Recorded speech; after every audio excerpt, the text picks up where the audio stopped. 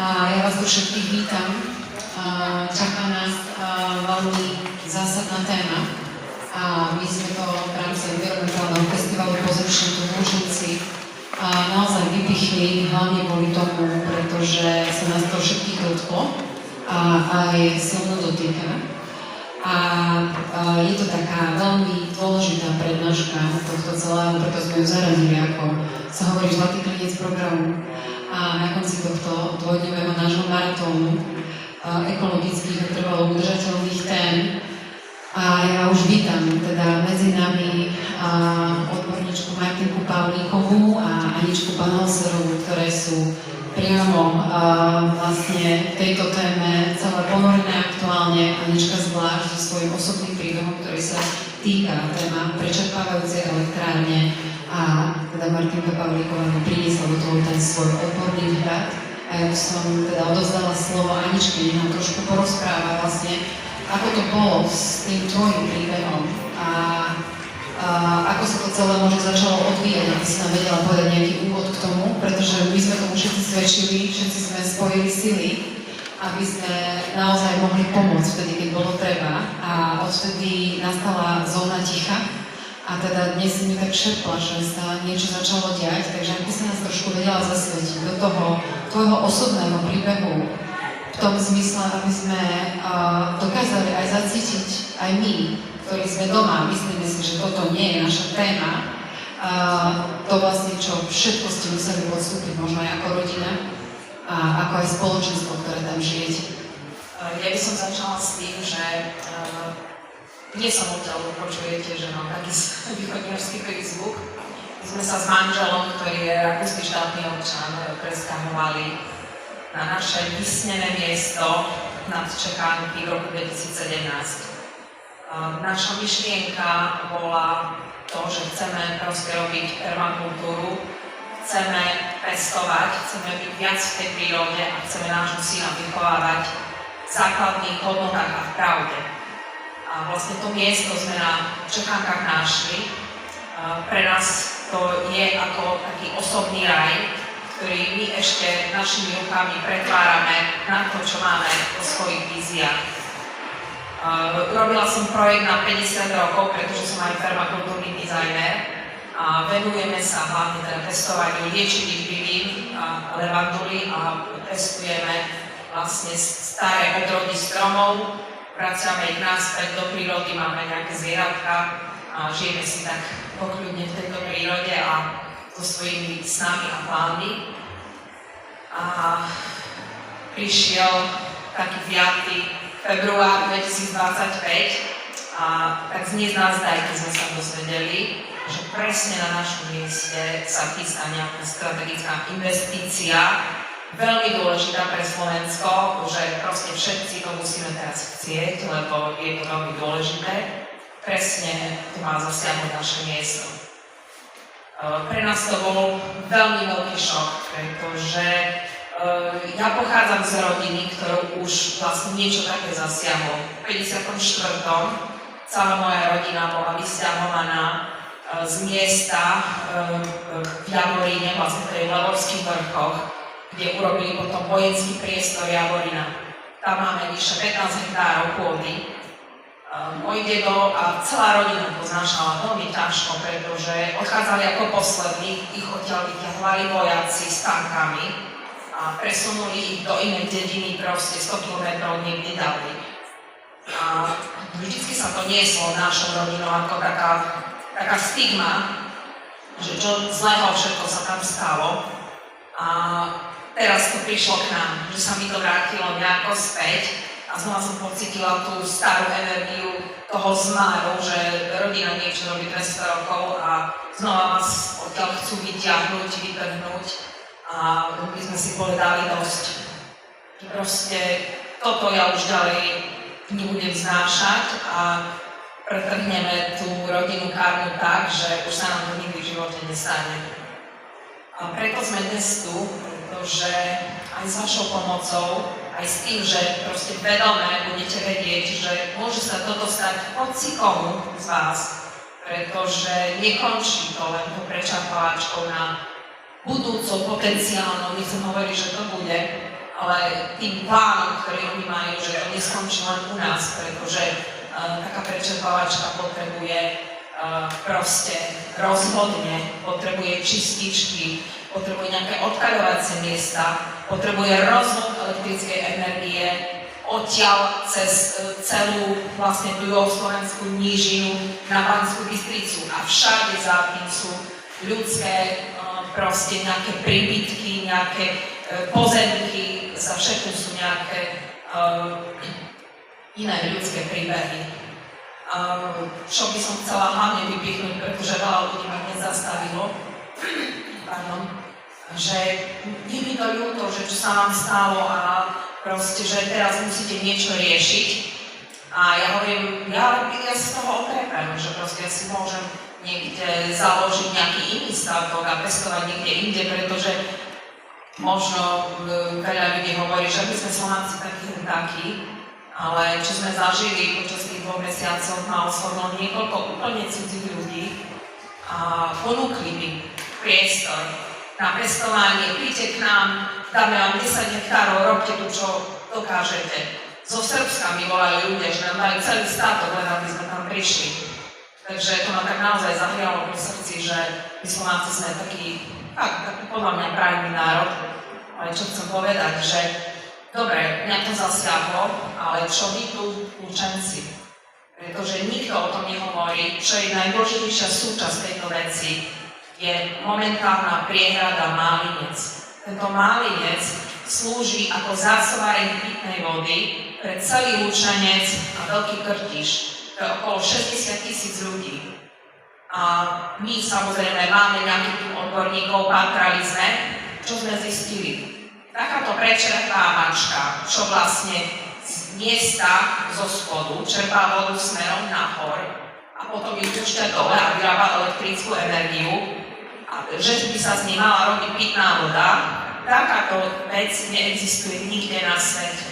Nikde. My sme pátrali hoci, kde mali sme indície, nič také neexistuje. Čo oni vraj majú nejaké technické riešenie je, že už sú technológie, ktoré vám tú vodu vyčistia. Čiže nielen to, že Poltár, Rimavská Sobota, Veľký Krtiš sú okresy proste s najhoršou kvalitou života, ešte vám dajú aj technickú vodu piť. Ešte aj neviete, že aký to bude mať dopad proste na vaše zdravie. Nikto to nevie, pretože to ešte neexistuje nikde na svete. Ale tuto už vymysleli, že to už by to tak mohlo byť. Takže podľa mňa toto je najväčšia hrozba. Prišli sme vás informovať, že týka sa to presne vás, ktorí žijete tu v Lučenci, ktorí už teraz máte problémy v lete, keď sú horúčavy, nemôžete proste si zaplniť bazén alebo polievať záhrady, tak bude to ešte horšie. Pretože ak by k tejto výstave došlo by k tomu, že priehrada Málinec by musela byť odstavená, pretože musí byť kompletne prerobená. A mali by ste vodu len z 2 priehrad možných. To je Hriňovská priehrada a priehrada Klenovec. A kto chodíte kolo Hriňovej, tak minulý rok už v júni bola úplne suchá. Takže tej vody nie je. Tento rok bol extrémne suchý, my žijeme hore na výšinách 900 metrov, nebol žiaden sneh, teraz trošku popršalo, ale tento rok už teraz vidíme, že bude extrémne suchý a bude veľký problém. Čiže chcem to komunikovať takto, že pre nás je voda strategickou komoditou, ktorú by sme mali chrániť a nie elektrina, ktorá sa dá vyrobiť rôznymi inými spôsobmi, len nie pre Boha ju prečerpávať.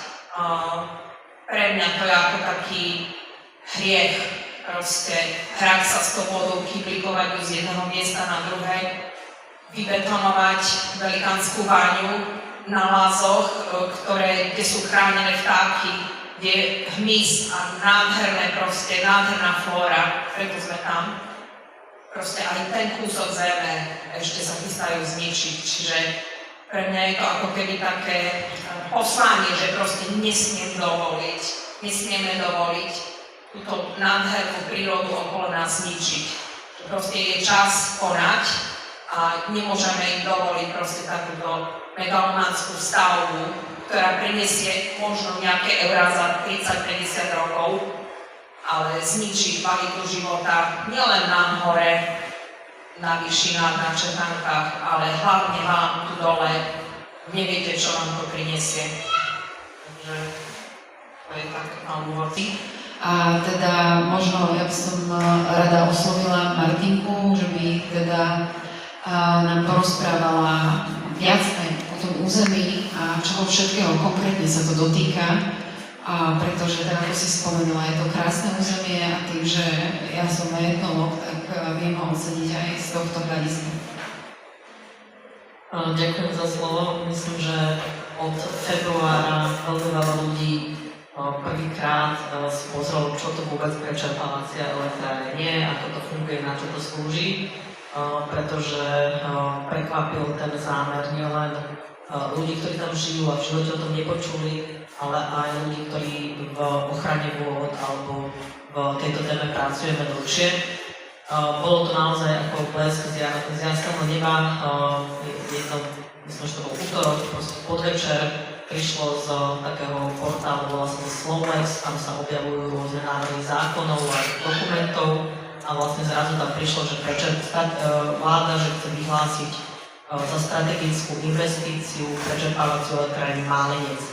A my sme na to pozerali, nás to zaujalo, lebo to slovné spojenie, že strategická investícia vlastne súvisí s takým zákonom, ktorý sa minulý rok v lete schvaľoval a my už sme vtedy ako ekológovia upozorňovali, alebo ľudia, ktorí sa venujú ochrane životného prostredia, upozorňovali, že pozor, že ten zákon je veľmi nešťastne napísaný a je napísaný takým spôsobom, že vlastne štát takmer čokoľvek môže vyhlásiť za strategickú investíciu a tí ľudia, ktorí tam žijú, tak sa nebudú môcť vôbec do toho rozhodovania zapojiť.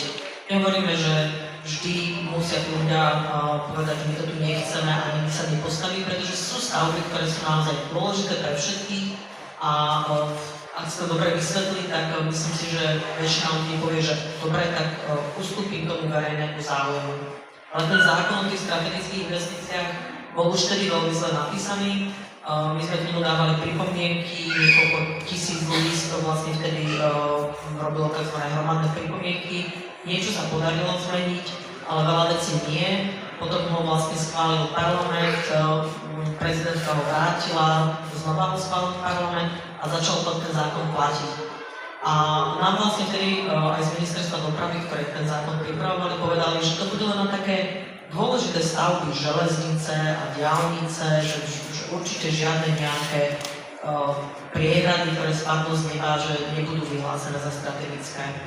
Čiže najprv to tak aj bolo, že teda nejaké železnice, nemocnice boli vyhlásené za strategické investície a zrazu teda vravím, že podvečer zrazu takáto nejaká investícia. Tak sme začali pátrať, boli tam len asi 3 strany napísané. Ak si pamätáte, bol to čas, kedy nefungoval kataster, takže si nedali ani pozrieť katastrálne, že kde tie pozemky sú. Začali sme proste pátrať a ja som na schvál vymyslela jeden z tých výkrojsov, čiže takáto nejaká škvrna bola zverejnená. A teraz sme začali pátrať, že kde vlastne, čo to je. A prišli sme na to, že tu je teda existujúca nádrž na pitnú vodu Málinec a že tuto niekde hore. Takže potom sme sa teda dostali do kontaktu s nejakými miestnymi ľuďmi, ktorí nám písali, že toto čo je za hlúposť, že tu nám niečo chcú, že to je, ale tu také nič nie je plánované. A potom sme teraz zistili, že akej veľmi cennej oblasti sa to týka, pretože je to oblasť, ktorá nie je cenná len prírodne, pretože je naozaj čistá, veľmi pekne usporiadaná, zdroj potravín, všetkého možného, čistý vzduch, ale je to aj oblasť, ktorá je tzv. Zdrojovou oblasťou pitnej vody. V tej oblasti, okrem ďalších okolí, sa tvorí tá pitná voda, vsakuje do zeme a vlastne sa dostáva do tej vodárskej nádrže Málinec. Že tá voda nevzniká v tej nádrži. Tá voda vlastne v tej krajine, krajina ju vsakuje a dostáva sa do tej nádrže na pitnú vodu a pijú ju vlastne ľudia naozaj od Lučenca až po Rimavskú Sobotu. A sme si začali hovoriť, že vedela, to je nejaká chyba, toto niekto sa nejako pomýlil a už potom to išlo. A na pripomienkovanie bolo 5 dní a naozaj tento prípad nás veľmi zaujímal aj kvôli tomu, že naozaj ide o ukážkové zneužitie tej štátnej moci, ktorá by mala byť využívaná pre dobro všetkých, naozaj pre nejaké verejnoprospešné stavby. A tu je to zneužitie pre presadenie stavby, o ktorej nikto nikdy nepočul. Nie je v územných plánoch, nie je v strategických materiáloch, ľudia o tom nevedeli a zrazu na základe takejto iba myšlienky má dôjsť k obmedzeniu vlastníckych práv, života ľudí, má byť poškodená zdrojová oblasť pitnej vody, možno nádrž na pitnú vodu vôbec sa nebude môcť využívať. Čiže my nemáme žiadne informácie, žiadne oficiálne štúdie, my ešte ani nevieme ako spoločnosť, či tá priehrada tam môže fyzicky byť.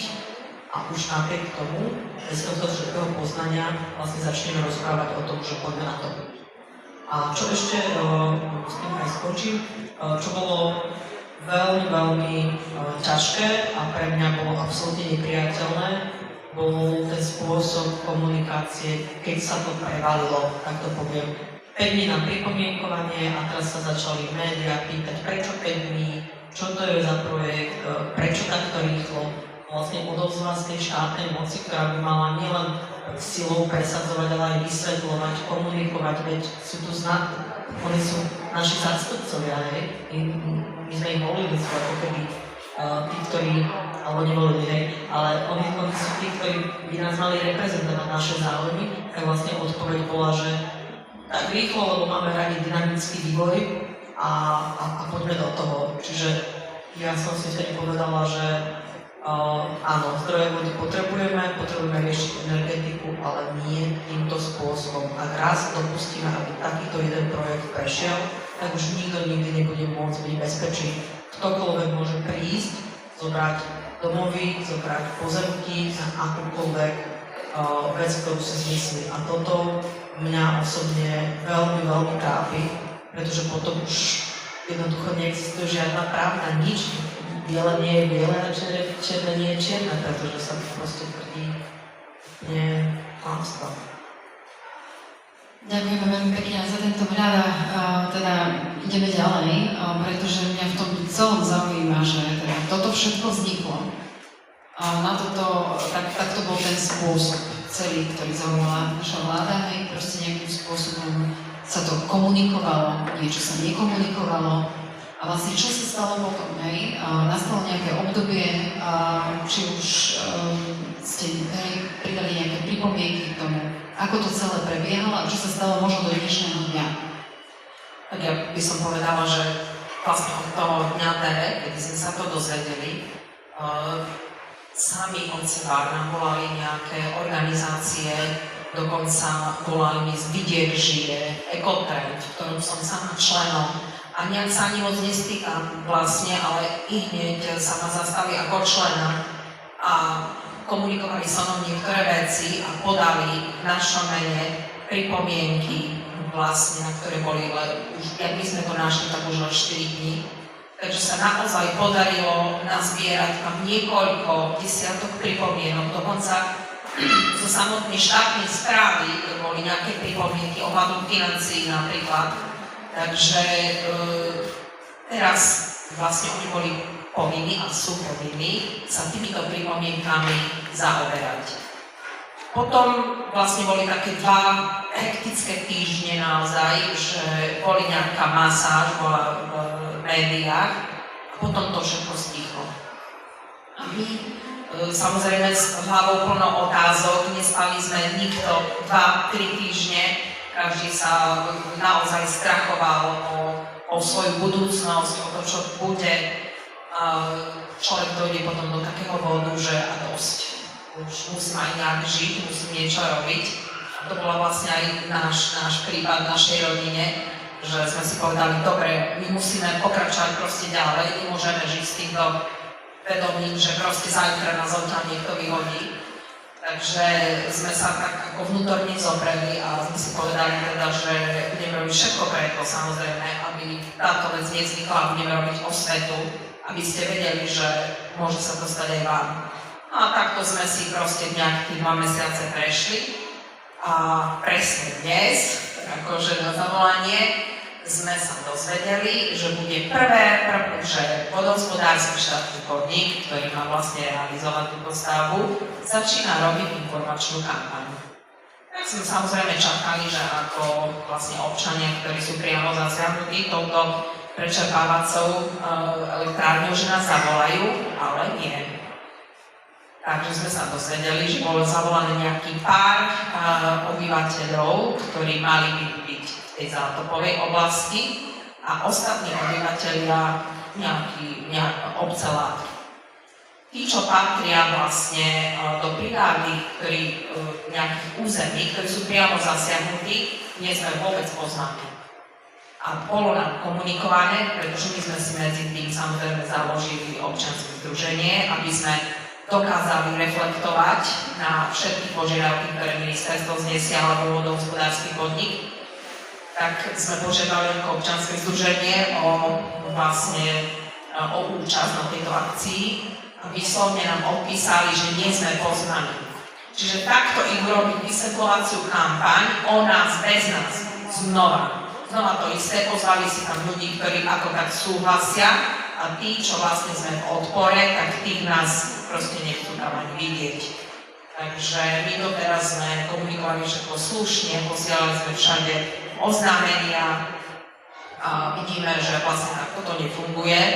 Tak sme sa rozhodli, že v útorok vlastne, kedy sa koná vysvetľovacia kampaň na obci Látky, v útorok o 4:00, že robíme vlastne protest a budeme naše požiadavky komunikovať, budeme ich kričať, budeme verejne vlastne vystupovať a preto, ak cítite, že vás proste rovnako táto téma zaujíma a chcete nám pomôcť, tak ja vás úprimne pozývam vlastne na tento protest, kde budeme všetci, tí, ktorí nás nepustia dnu do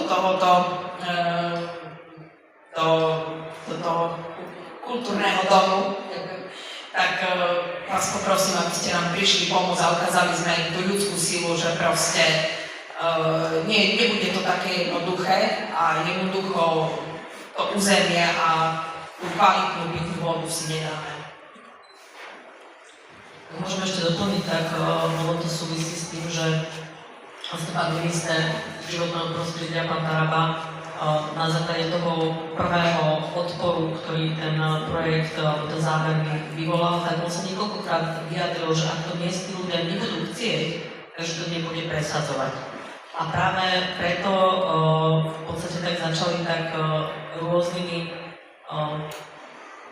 spôsobmi, nebudem tomu dávať prírodné meno, ako keby vyvolávať pocit, že to je len pár nejakých krikľúňov, nejakých takých, čo furt robia zle, že tí sú proti a že všetci ostatní sú za.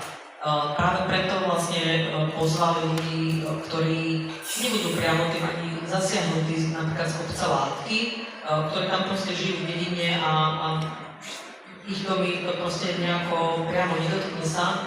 A nepozvali ale ľudí, ktorí tam majú pozemky, ktorí napríklad tam budujú už nové domy, ale zatiaľ nie sú skolaudované, ktorí tam proste nemajú trvalý pobyt, ale dlho sa tam zdržiavajú, že oni ako keby chceli rozriediť tých ľudí, ktorí veľmi jednoznačne a konzistentne niekoľko týždňov už upozorňujú na rizika.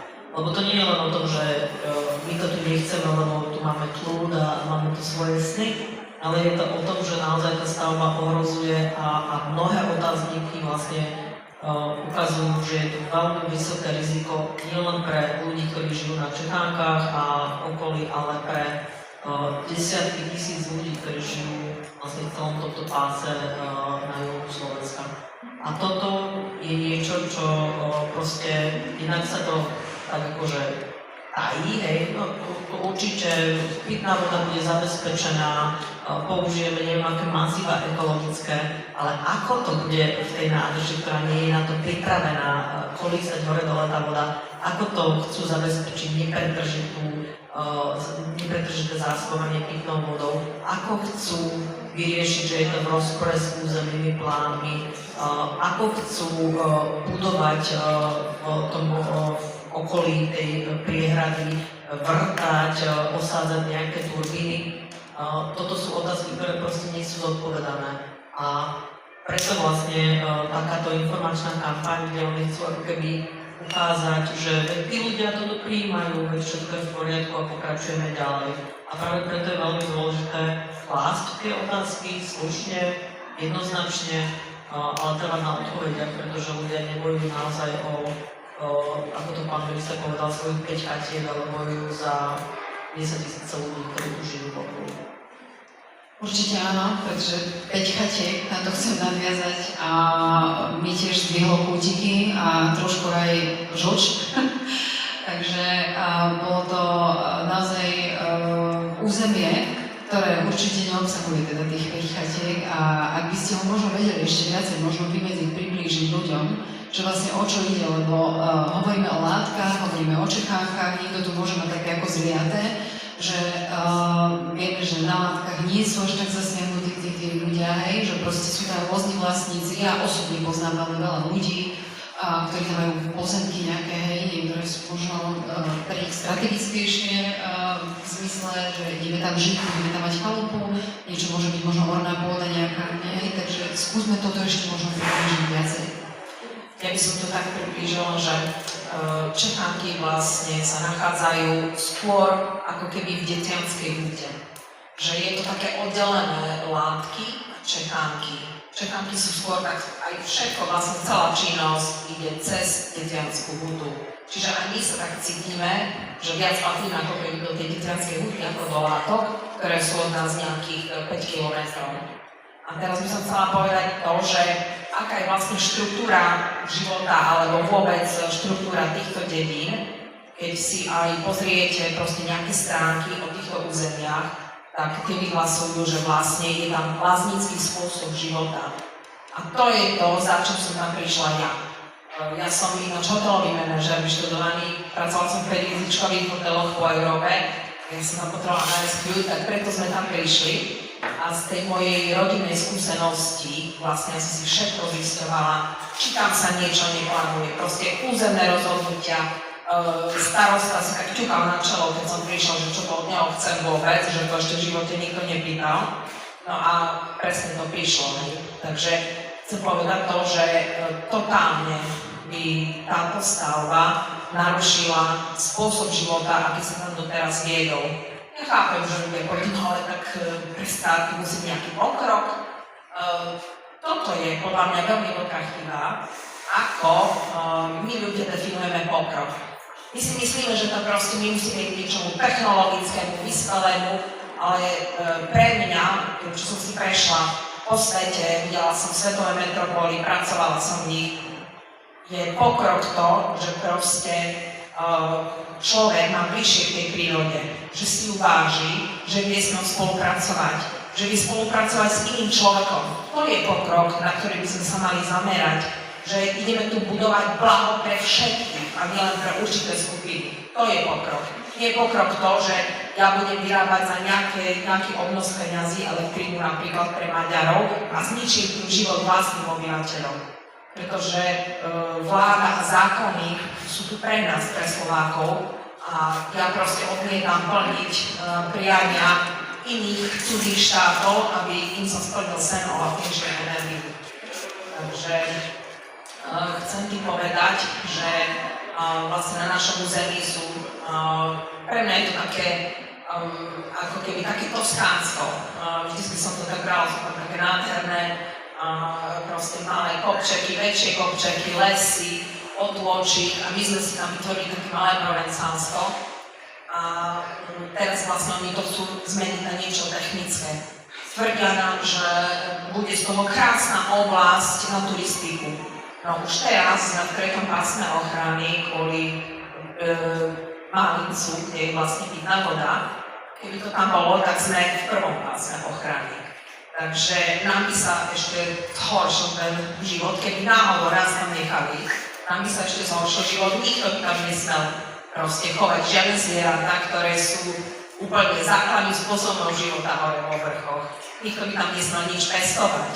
Proste to sú také obmedzenia, ktoré by sa týkali aj území až po Hriňovu. Tam by bolo možno tretí stupeň ochrany a tam aj kvôli vlastne príhrade nejaký je, tak už teraz. Takže vôbec si to nevieme predstaviť, že ako by to rozčlenili.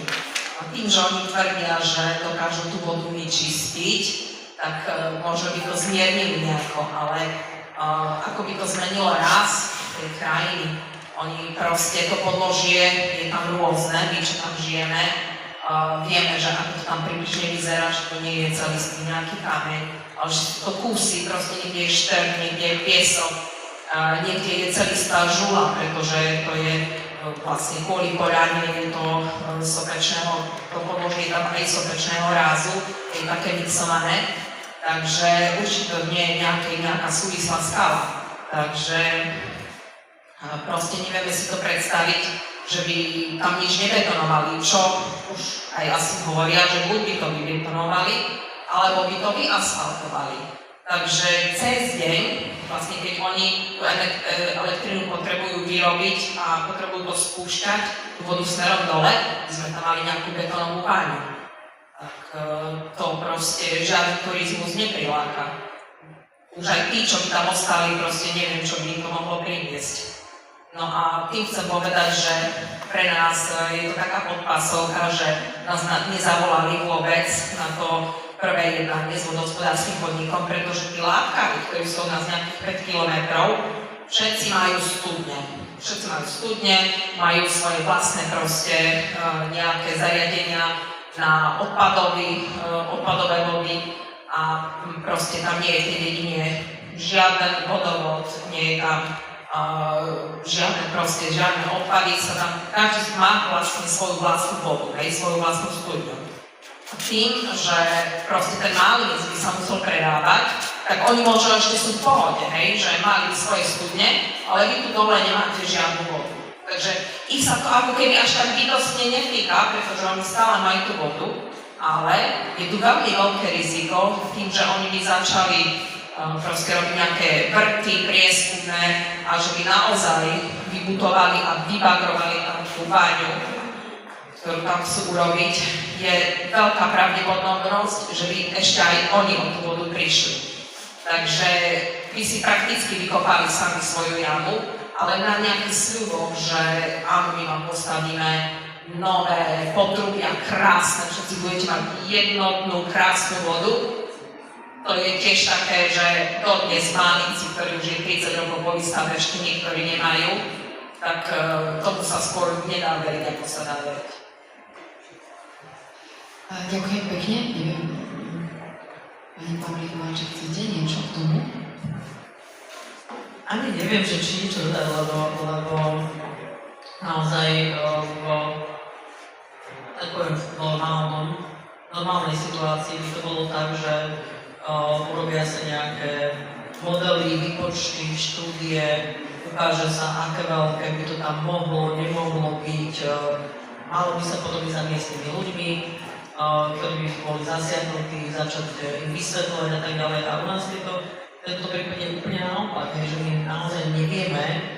A potom, jak som počúvala, tak si hovorím, že úplne si teraz viem predstaviť, že jak to môžete tvrdiť, čak to ešte nie je nakreslené, ale to je práve ten problém, že my vlastne nie sú štúdie, tak keď vám niekto povie, že tento stôl je celý zlý a je nebezpečný a vyžaruje nejakú radioaktivitu a vy poviete, že dajte mi nejaké dáta, a povie, že nemáme. Tak akože potom je to naozaj tak, ako ja zase nechcem spochybňovať nejaké odborné posudky alebo čo, ale keď tie posudky neexistujú, tak ako človek má si to prečítať a má povedať, že OK, verím tomu, tá voda tam bude a nie je problém s pitnou vodou. Všetky tie ostatné vedecké všeobecné vlastne poznatky hovoria o tom, že tie rizika tam sú a na to, aby sme ich vyvrátili, tak potrebujeme mať nejaké dáta.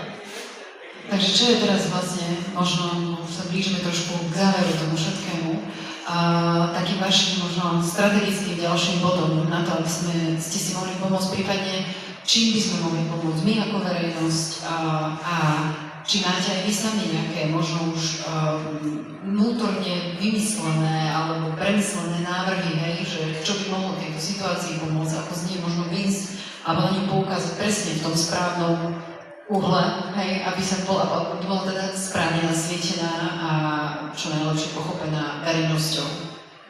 Je tu asi niekoľko bodov. V prvom rade spýtajte sa vašich poslancov. Spýtajte sa tu v okolí, v rôznych dedinách, proste viete o tom?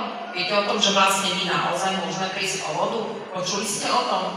Príjmite opatrenia dopredu. Proste pán Taraba tvrdil, že nepôjde proti ľuďom. My sme samozrejme hneď pre ten prvý týždeň konali a boli sme na 4 zastupiteľstvách a všetkých 4 územia, ktorých sa to týka, odsúhlasili, že proste nebudú meniť územné rozhodnutie.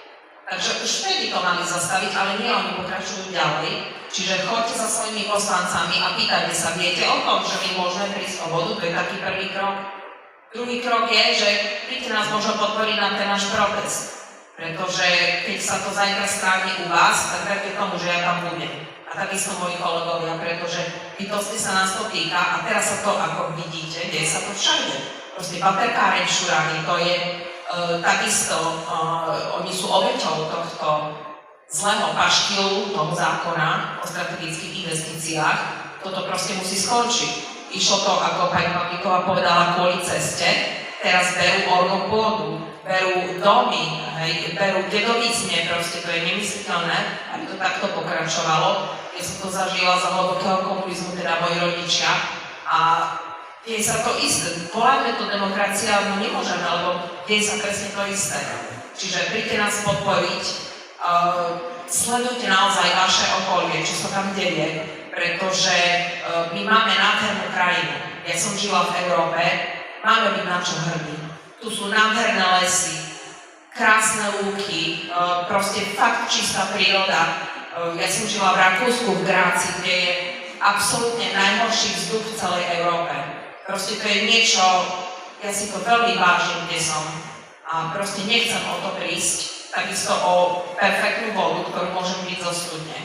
Nechcem piť nejakú technickú vodu. Proste toto sú ozajstné hodnoty, ktoré by sme mali chrániť. A čas je teraz, zajtra bude neskoro, pretože to, čo tu necháme pre naše deti, tak hanbila by som sa za to, aby som toto dopustila. Nedopustme im zničiť slovenskú krajinu, pretože to je jediné, čo nám ostalo. Ja iba pridám nejaké odporúčania. Vlastne celá táto iniciatíva, občianske združenie Čechánky má aj Facebookovú stránku, takže kliknite si Združenie Čechánky alebo Zachráňme Čechánky, teraz Zachráňme Čechánky. Tam sú vlastne rôzne informácie aktualizované, čo sa deje a určite nám to aj pomôže šíriť ďalej to, čo sa deje. Ak budete vidieť nejakú žiadosť o podporu nejakých pripomienok alebo prosbu o šírenie ďalších informácií, vám pomôže, keď to prezdieľate, pošlete vlastne vašim priateľom. Ešte stále je aktívna aj petícia za zrušenie zákona o strategických investíciách, pretože ho vnímame naozaj ako protiústavný a nesprávny, nezákonným spôsobom proste ovplyvňujúci život ľudí. Tá petícia je na stránke petície.com, ale tiež ju nájdete prelinkovanú na tej facebookovej stránke. Instagramová stránka, ak sa neviem, či je aj Instagramová. Takže aj tam sledujte a zaujímajte sa o svoje okolie, podporte tých, ktorí sú možno aktuálne ohrození. Poďte voliť, čo ešte? Jednoducho treba sa zaujímať o to, čo sa deje okolo vás a nenehať sa nejako utlcať tým, že nikto nám nepomôže a to nikto iný rozhodol a však nech ich zatopia, aspoň budeme v poriadku. Nie je to tak. Musíme byť zodpovední sami za seba a a tú zodpovednosť žiadať aj od našich politikov. Ďakujem vám veľmi pekne a ja by som chcela teda ešte otvoriť priestor. Možno na nejaké otázky, ktoré by ste chceli položiť, prípadne dať nejakú pripomienku k tomu, nejaký svoj vhľad. Od roku 2010 som starosta, takže asi prvýkrát som vtedy tam bol. Máme tam starý cintorín, ktorý som musel poriadiť, musel som vypíliť nejaké stromy, nejako to tam oplodiť. Poviem vám pravdu, v roku 2010 to územie bolo veľmi zanedbané. Ľutoval som tých ľudí, že ako v tých ťažkých podmienkach tam žijú, lebo viete, že PPS-ka v Detve skrachovala, hrinovské strojárne skrachovali. Len tí ľudia boli fakt pracovití, robotní, išli do sveta, zarobili peniaze, videli, ako sa to funguje a našťastie väčšina tých ľudí sa akože vrátila. Ale prejdem k tomu, že pani Balhozer som len dlho vnímal, že v kuse na stole od mojej kolegyne som mal nejaké žiadosti vybavovať, že toto trvá. Lebo zapamätal som si to preto, lebo to meno bolo také neznáme. Nemali sme dlho na seba akože šťastie, osobne sa stretnúť, ale veľmi ma to tak zaujímalo, že to, čo tam chce robiť, akože tak niekde na taký odľahlý lázor.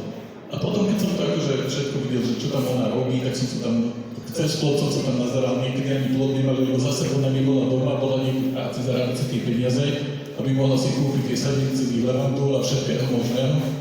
Potom sme mali to šťastie, že cez OCR-ku a cez kadejaké všetky možné, kde nás osud akože privedie, že sme sa aj stretli, bol som tam viackrát. Ako je to veľmi krásne územie, ktoré naozaj sa premenilo, tak ako pani Balhozer povedala, že je to všetko tak. To, čo som chcel povedať, že tieto ženy veľmi dobre, oveľa lepšie povedali, ako by som to bol vyjadril ja. Takže ja im chcem len poďakovať. Chcem poďakovať všetkým týmto organizátorom, že toto stretnutie v tomto čase urobili.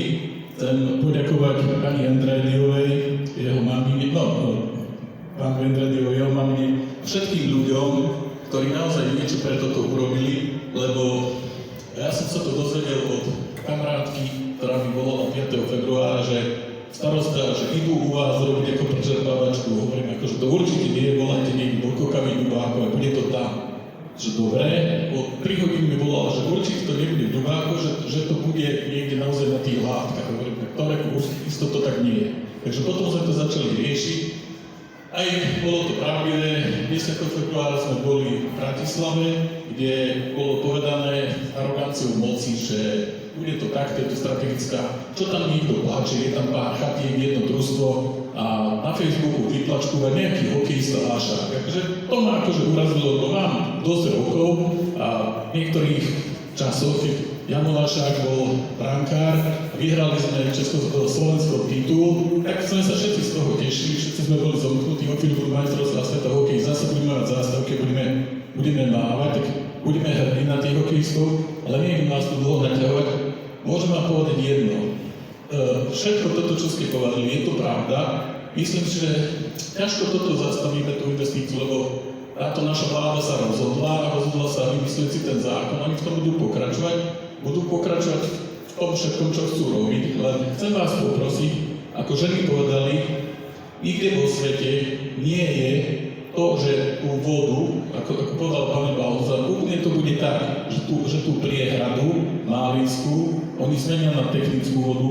Ja si pamätám, keď ešte moja manželka bývala niekde na sade pionierov, lebo vtedy sa to volalo ešte sad pionierov, nie urbanisto, že voda tu v Lučenci netiekla. Toto sa určite o pár rokov akože bude diať. Ako pani Balhozer povedala, že niekedy na Žihlave alebo Látkach bolo kopec snehu. Povedzte, že koľko snehu bolo posledné roky.